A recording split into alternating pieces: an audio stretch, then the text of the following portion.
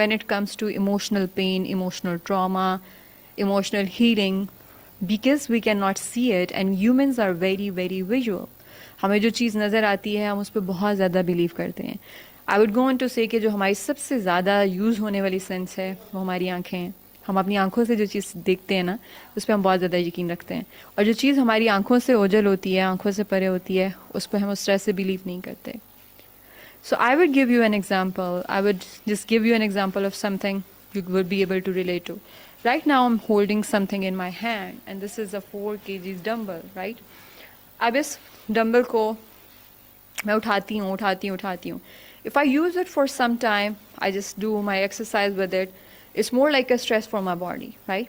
मैं कुछ अपनी मेरी बॉडी जो करने की यूज टू है उससे मैं थोड़ा सा ज़्यादा करवा रही हूँ. अब अगर मैं इसको उठाती हूँ और इसको मैं वापस रख देती हूँ, this is what is making me